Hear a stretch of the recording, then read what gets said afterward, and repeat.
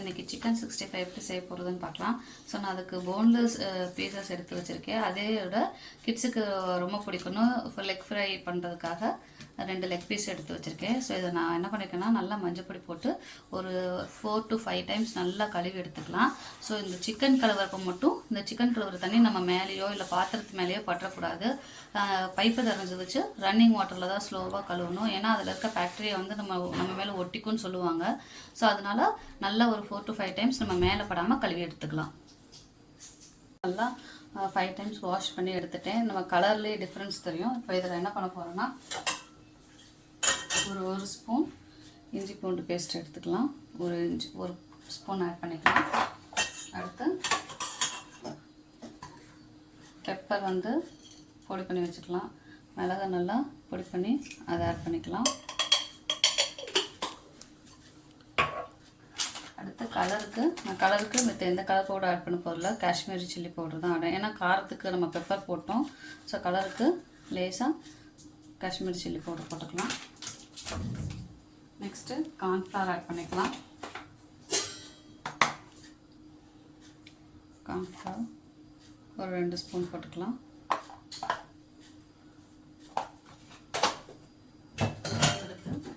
சிக்கனுக்கு தேவையான உப்பு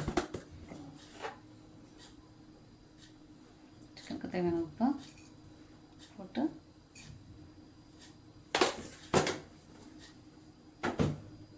ஒரு முட்டையும் இப்போயே அடித்து ஊற்றிக்கலாம்.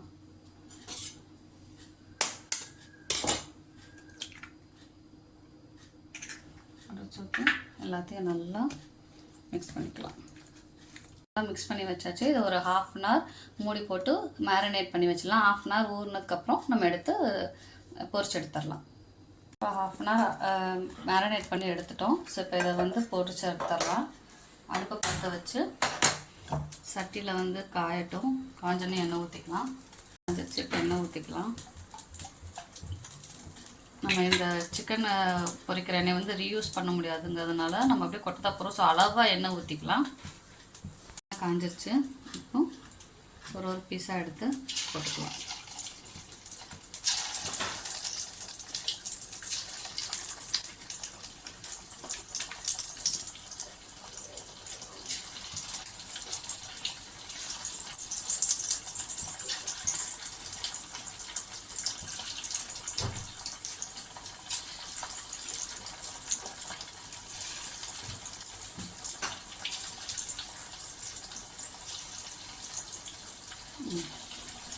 பொரியட்டும்.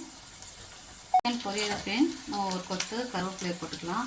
அப்போ வந்து கொஞ்சம் வாசமாக இருக்கும். கருவேப்பிலையை சேர்த்து அதோட பொரிச்சு எடுத்துக்கலாம்.